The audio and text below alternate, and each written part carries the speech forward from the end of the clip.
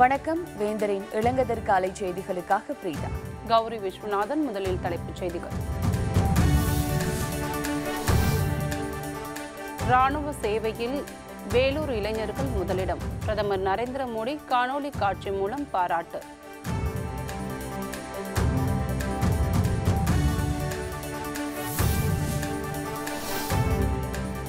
ஜம்மு காஷ்மீரில் குடியரசுத் தலைவர் ஆட்சி நள்ளிரவு முதல் அமலுக்கு வந்தது.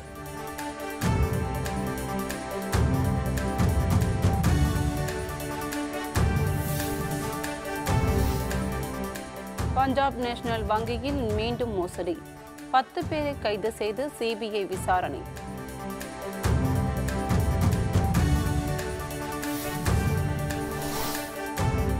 மேகதாது விவகாரத்தில் பேச்சுவார்த்தைக்கு இடமில்லை. சட்டத்துறை அமைச்சர் சி.வி. சண்முகம் உறுதி. இந்திய ராணுவத்தில் அதிகம் சேரும் வேலூர் மாவட்ட இளைஞர்களை பாராட்டுவதாக பிரதமர் நரேந்திர மோடி தெரிவித்துள்ளார்.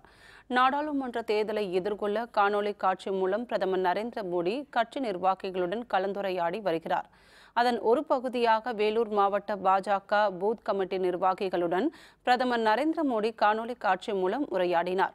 அப்போது வரும் நாடாளுமன்ற தேர்தலில் மத்திய அரசின் நலத்திட்டங்களை பொதுமக்களிடம் கொண்டு சேர்ப்பது குறித்து நிர்வாகிகளுக்கு அறிவுறுத்தினார்.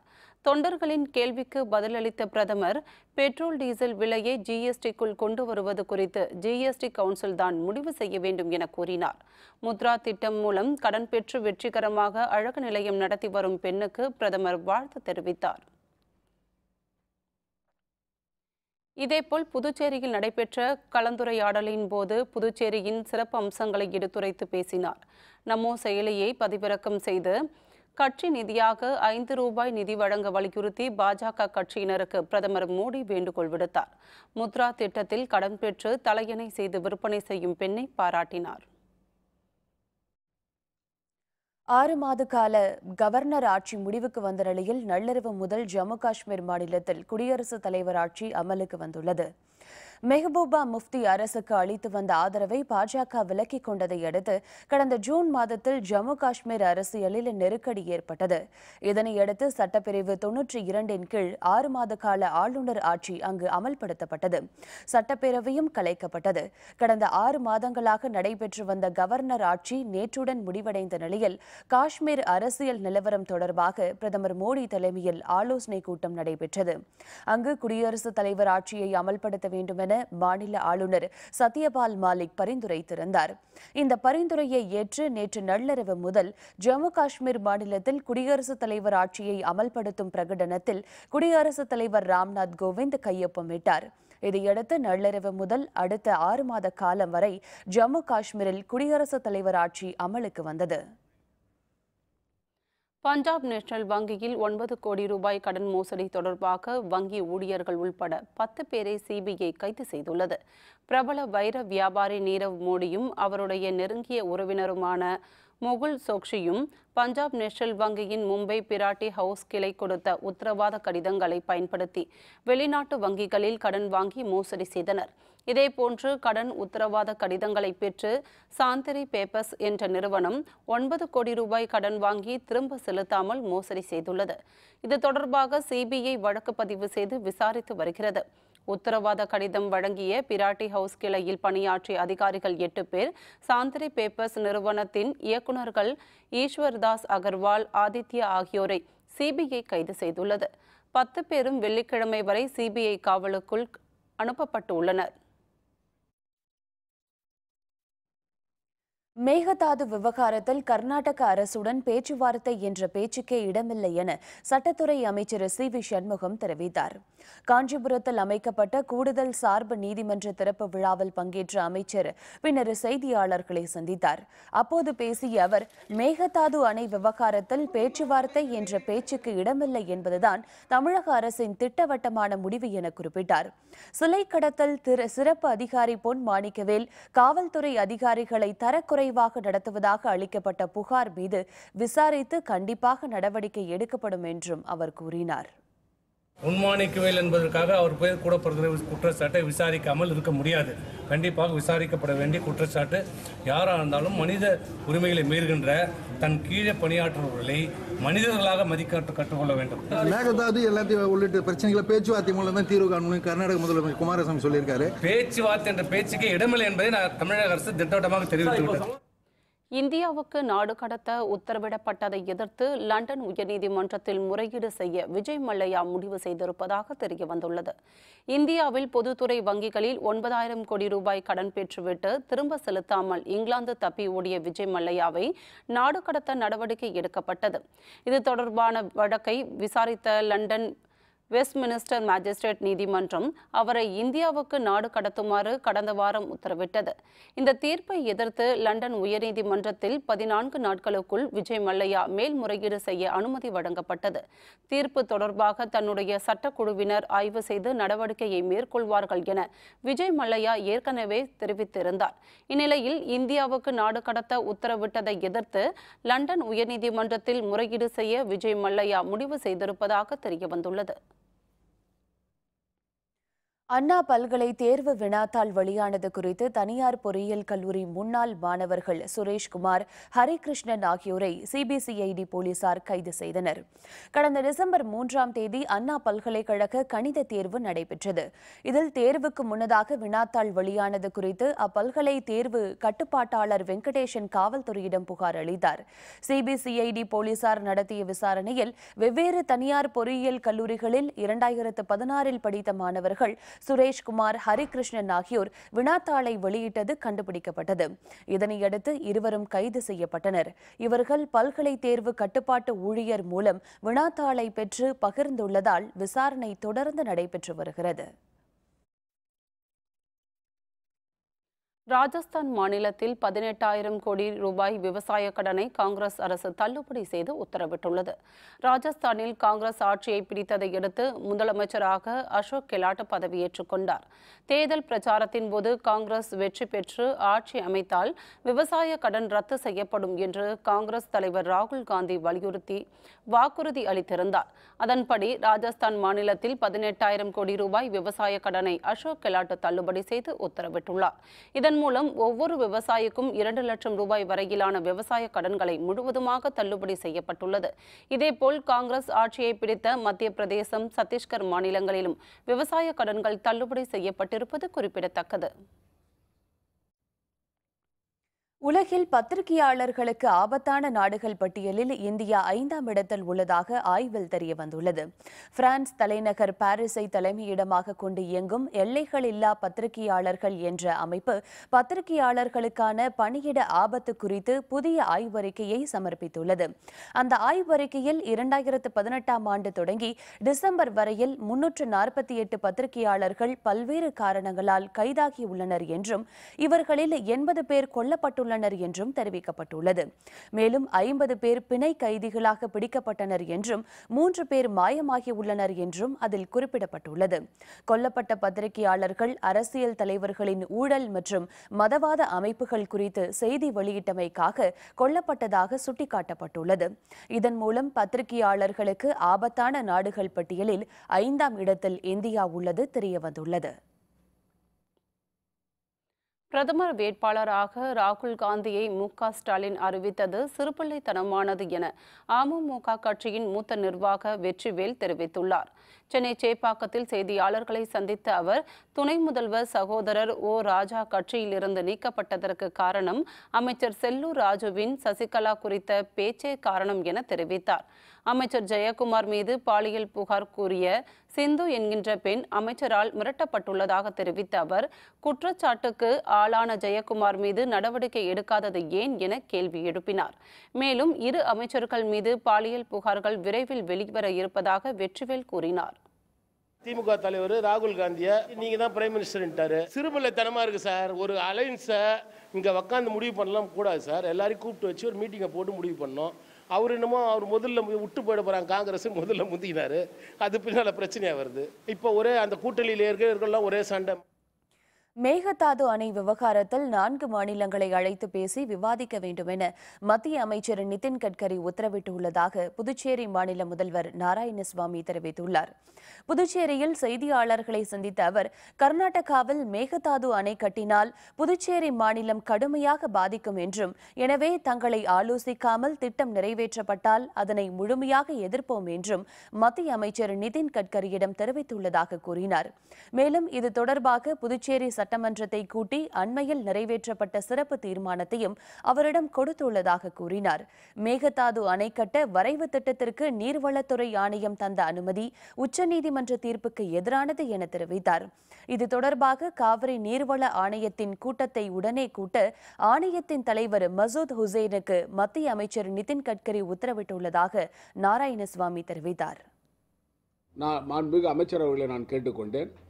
இந்த 4 மாநிலங்களையும் அழைத்து வரைபடம் தயாரிப்பதற்காக கொடுக்கப்பட்ட அந்த உத்தரவு சம்பந்தமாக விவாதிக்க வேண்டும், 4 மாநிலங்களும் விவாதிக்க வேண்டும் என்று நான் கோரிக்கை வைத்தேன். மாண்புமிகு அமைச்சர் அவர்கள் ஏற்றுக்கொண்டார்கள். உடனடியாக அந்த கூட்டத்தை கூட்டுமாறு அந்த மசூத் ஹுசைன் அவர்களுக்கு உத்தரவிட்டிருக்கிறார்கள். கிரண்பேடியை புதுச்சேரியை விட்டு வெளியேற்ற வலியுறுத்தல். நாடாளுமன்றம் வெளியே போராட அனைத்து கட்சியினர் முடிவு. விவரம் விளம்பர இடைவேளைக்கு பிறகு.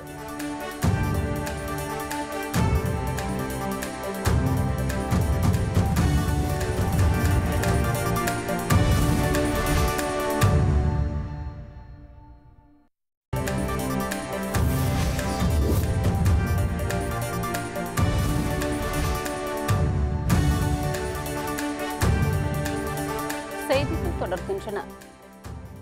துணைநிலை ஆளுநர் கிரண்பேடியை புதுச்சேரியை விட்டு வெளியேற்ற வலியுறுத்தி அனைத்து அரசியல் கட்சிகளும் இணைந்து வரும் நாடாளுமன்றத்திற்கு வெளியே தர்ணா போராட்டத்தில் ஈடுபட உள்ளதாக முதலமைச்சர் நாராயணசாமி தெரிவித்துள்ளார். புதுச்சேரியில் நியமன எம்எல்ஏக்கள் விவகாரத்தில் உச்சநீதிமன்ற தீர்ப்பு குறித்து முதலமைச்சர் நாராயணசாமி தலைமையில் நடைபெற்ற அனைத்துக் கட்சி கூட்டத்தில் விவாதிக்கப்பட்டது. இதனையடுத்து செய்தியாளர்களை சந்தித்த முதலமைச்சர் நாராயணசாமி, நியமன எம்எல்ஏக்கள் விவகாரத்தில் உச்சநீதிமன்ற தீர்ப்பை எதிர்த்து உச்சநீதிமன்றத்தில் சீராய்வு மனு தாக்கல் செய்ய ஒருமனதாக கூட்டத்தில் முடிவெடுக்கப்பட்டதாக தெரிவித்தார். மேலும் புதுச்சேரி மாநிலத்திற்கு சிறப்பு அந்தஸ்து வழங்க வேண்டும் என்பன உள்ளிட்ட கோரிக்கைகளை வலியுறுத்தி நாடாளுமன்றத்திற்குள்ளேயும் நாடாளுமன்றத்திற்கு வெளியேயும் புதுச்சேரியை சேர்ந்த அனைத்து கட்சி தலைவர்களும் ஒன்று சேர்ந்து குரல் எழுப்ப உள்ளதாக நாராயணசாமி கூறினார். கிரண்பேடி அம்மையார் அவர்கள் புதுச்சேரி மாநிலத்திற்கு வளர்ச்சிக்கு குந்தகம் விளைவித்து வருகிறார். அதேபோல மத்திய அரசுக்கு இந்த கோரிக்கைகள் வலியுறுத்தி மாநில அந்தஸ்து பெறுவது, உச்சநீதிமன்ற தீர்ப்புக்கு மறுசீராய்வு மனு போடுவது, கிரண்பேடி அம்மையாரை புதுச்சேரி விட்டு வெளியேறு என்ற அவருடைய இந்த கோரிக்கைகளை வலியுறுத்தி அனைத்து அரசியல் கட்சி தலைவர்களும் பாராளுமன்றத்துக்கு முன்பாக போராட்டம் நடத்துவது ஜனவரி மாதம் முதல் வாரத்தில் நடத்துவது என்று முடிவு செய்யப்பட்டிருக்கிறது. தமிழகத்தில் பிளாஸ்டிக்கை முழுமையாக தடை செய்ய வேண்டும் என தாக்கல் செய்த பொதுநல மனுவை உயர்நீதிமன்ற மதுரை கிளை தள்ளுபடி செய்து உத்தரவிட்டுள்ளது. மதுரையை சேர்ந்த கே ரமேஷ் என்பவர் சென்னை உயர்நீதிமன்ற மதுரை கிளையில் ஒரு பொதுநல மனு தாக்கல் செய்தார். அதில் தற்போது உணவகங்களில் பயன்படுத்தப்படும் தேநீர் கோப்பைகள், ஸ்பூன்கள் என அனைத்திலும் பிளாஸ்டிக் பயன்பாடு கடந்த 10 ஆண்டுகளில் அதிக அளவு அதிகரித்துள்ளது என்றும், எனவே பிளாஸ்டிக் பயன்பாட்டை முழுமையாக தடுக்கும் வகையில் புதிய சட்டம் இயற்ற வேண்டும் என தெரிவித்திருந்தார். இந்த விவகாரத்தில் மாநில அரசுக்கு உள்ள அதிகாரத்தை பயன்படுத்தி தேவையான அரசாணைகள் பிறப்பிக்கப்பட்டுள்ளது என அரசு வழக்கறிஞர் தெரிவித்தார். இதனை ஏற்றுக்கொண்ட நீதிபதிகள் பொதுநல மனுவை தள்ளுபடி செய்து உத்தரவிட்டனர். நாகர்கோவிலில் வாடகை பாக்கி கேட்ட தங்கும் விடுதியில் திரைப்பட நடிகை ஒருவர் நள்ளிரவில் ரகளை செய்த சம்பவம் பெரும் பரபரப்பை ஏற்படுத்தியுள்ளது. கன்னியாகுமரி மாவட்டம் நாகர்கோவில் பகுதியில் கடந்த சில வாரங்களாக மலையாள படப்பிடிப்பு நடைபெற்று வருகிறது. இப்படத்தில் நடிக்கும் நடிகர், நடிகைகள் மற்றும் படக்குழுவினர் அனைவரும் ஒரு தனியார் விடுதியில் தங்கி படப்பிடிப்பில் ஈடுபட்டு வருகின்றனர். இந்நிலையில் நேற்று படக்குழுவினர் விடுதிக்கு திரும்பிய போது அங்கு படுக்கை விரிப்புகள் மாற்றப்படவில்லை என்று கூறி நடிகை ஒருவர் தகராறில் ஈடுபட்டுள்ளார். இதுகுறித்து விடுதி ஊழியர்கள் போலீசாரிடம் புகார் தெரிவித்தனர். படக்குழுவினர் விடுதிக்கு வாடகை பாக்கி 60,000 ரூபாய் தரவில்லை என்பதால் பிரச்சனை ஏற்பட்டுள்ளது என்றும், ரகளையில் ஈடுபட்டது மலையாள நடிகை மஞ்சு சவேர்கர் என்பதும் போலீசார் விசாரணையில் தெரியவந்துள்ளது. ஆரோக்கியமான இந்தியாவை உருவாக்க வலியுறுத்தி ஸ்ரீ சைதன்யா டெக்னோ பள்ளி மாணவர்கள் விழிப்புணர்வு பேரணியில் ஈடுபட்டனர். சென்னை பல்லாவரத்தில் உள்ள ஸ்ரீ சைதன்யா டெக்னோ பள்ளி சார்பில் ஆரோக்கியமான இந்தியாவை உருவாக்குவோம் என்ற தலைப்பில் மக்கள் மத்தியில் விழிப்புணர்வு பேரணி நடத்தப்பட்டது. எதிர்காலத்தில் வரும் மாணவர்கள் மற்றும் இளைஞர்கள் தங்கள் உடல் நலத்தை பேணிக்காண நடைபயிற்சி மற்றும் சைக்கிளில் செல்ல வேண்டும் என்றும் வலியுறுத்தப்பட்டது. இந்த பேரணியில் 9 மற்றும் 10ஆம் வகுப்பு மாணவர்கள் கலந்து கொண்டு பேரணியின் நோக்கத்தை மக்களுக்கு எடுத்துரைத்தனர்.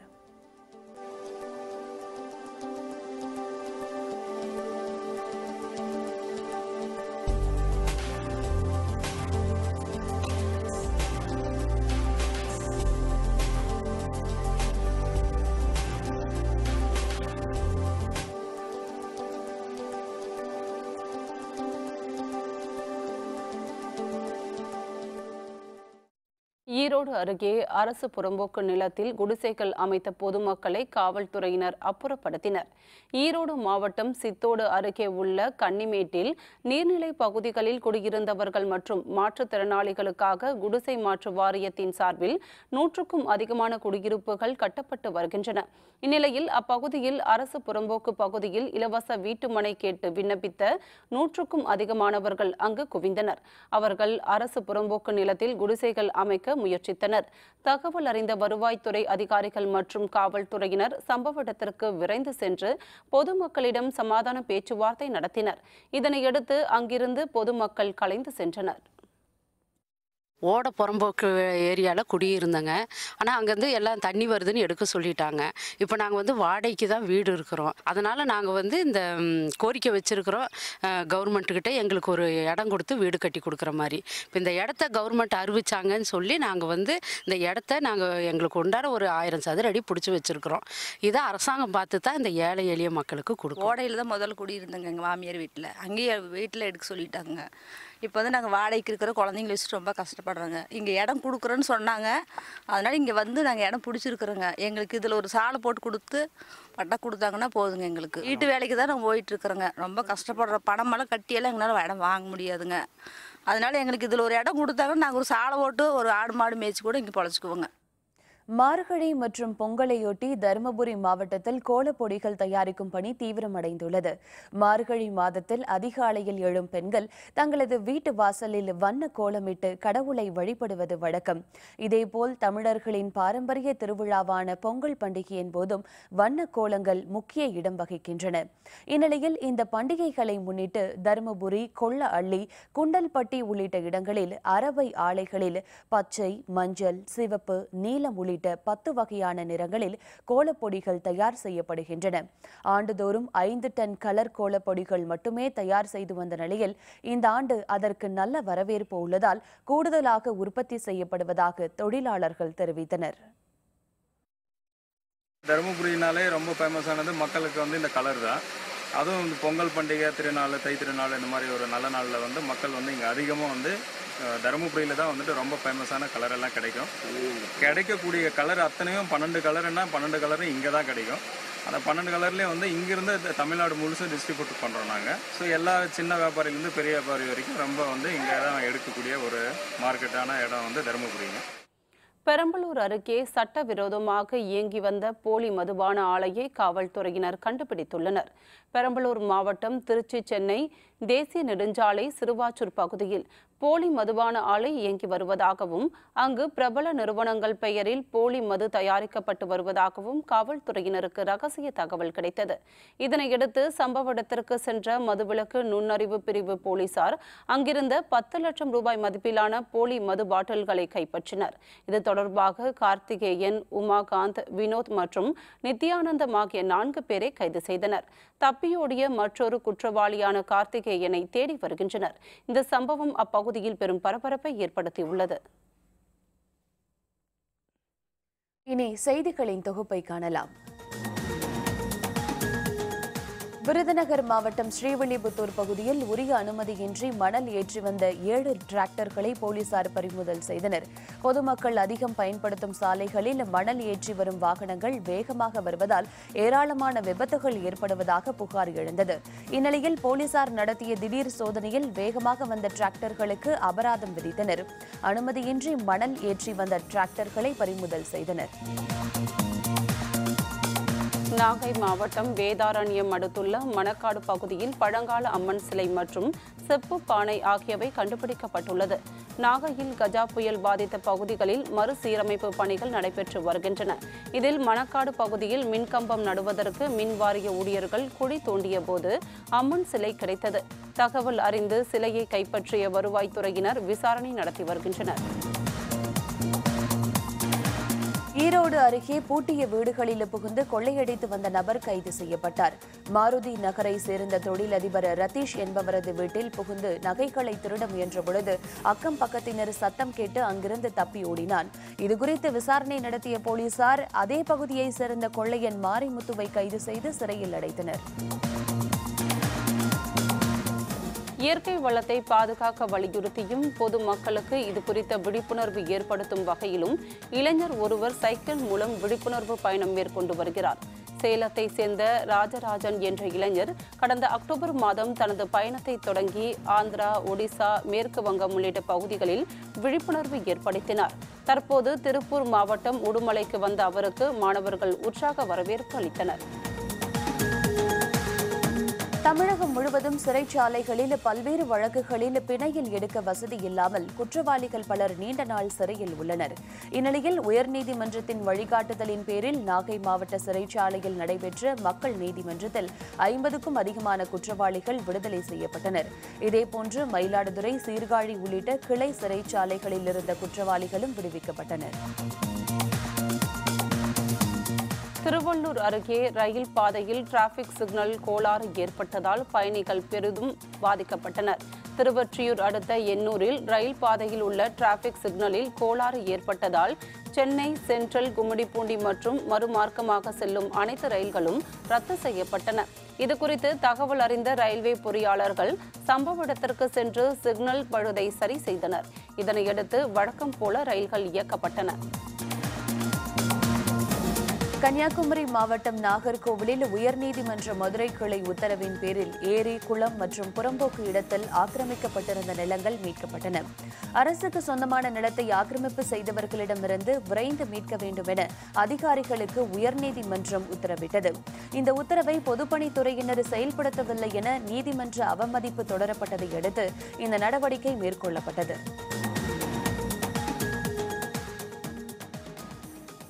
மெக்சிகோவில் களை கட்டும் கிறிஸ்துமஸ் விழா, பரிசு பொருட்கள் விற்பனை அதிகரிப்பு.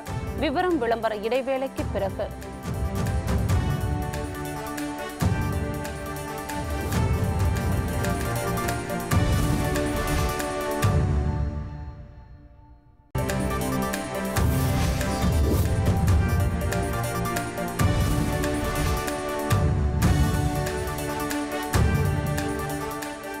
செய்திகள் தொடர்கின்றன. மெக்சிகோவில் கிறிஸ்துமஸ் விழா களை கட்டியுள்ளதற்கு சான்றாக அங்கு பினாட்டா எனப்படும் பரிசு பொருள் அடங்கிய அட்டை பெட்டி அதிக அளவில் விற்பனை செய்யப்படுகின்றன. மெக்சிகோ தலைநகர் மெக்சிகோ சிட்டியில் கிறிஸ்துமஸ் விழா கொண்டாட்டம் களை கட்ட தொடங்கியுள்ளது. இதையொட்டி மெக்சிகோ மக்கள் மிட்டாய்களும் சிறு பரிசு பொருட்களும் நிறைந்த அட்டை பெட்டியான பினாட்டாவை உடைத்து கிறிஸ்துமஸ் விழா கொண்டாடுவது வழக்கம். இதில் சிறு வயது முதல் பெரியவர்கள் வரை கலந்து கொண்டு மகிழ்ச்சியை வெளிப்படுத்துவர். கிறிஸ்துமஸ் நெருங்குவதையொட்டி அங்கு பினாட்டா விற்பனை அதிகரித்துள்ளது. 16ஆம் நூற்றாண்டில் மெக்சிகோவின் பூர்வ குடிமக்களுக்கு பாடம் கற்றுத்தர இந்த பினாட்டாக்களை பயன்படுத்தினர்.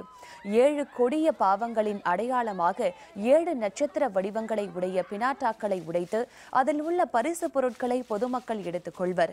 இதற்காக பல்வேறு வடிவங்களில் வண்ண காகிதங்களில் ஏராளமான பினாட்டாக்கள் தயார் செய்து விற்பனைக்கு வைக்கப்பட்டுள்ளது.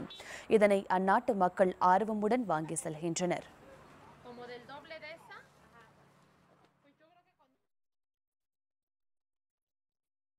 அணுசக்தியிலிருந்து மின்சாரம் தயாரிக்க முடியும் என்பதை உறுதிப்படுத்தி உலகிற்கு ஒளி கொடுத்த நாள் இந்த நாள்.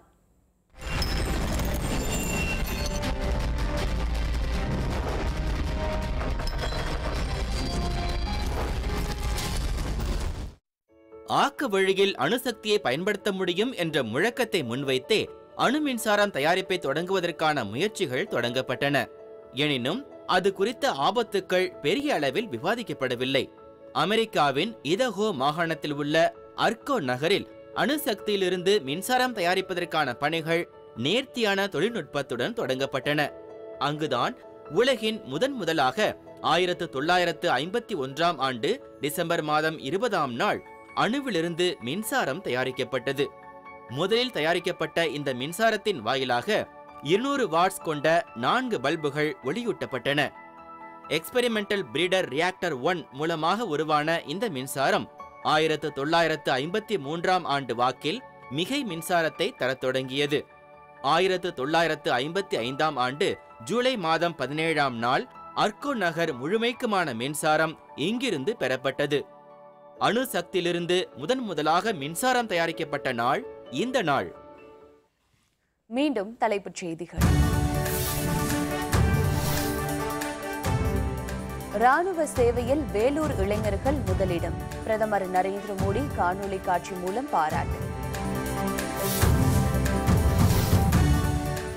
ஜம்மு காஷ்மீரில் குடியரசுத் தலைவர் ஆட்சி நள்ளிரவு முதல் அமலுக்கு வந்தது.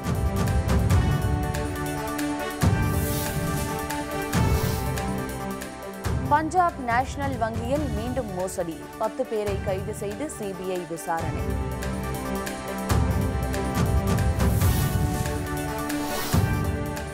மேகதாது விவகாரத்தில் பேச்சுவார்த்தைக்கு இடமில்லை. சட்டத்துறை அமைச்சர் சி.வி. சண்முகம் உறுதி.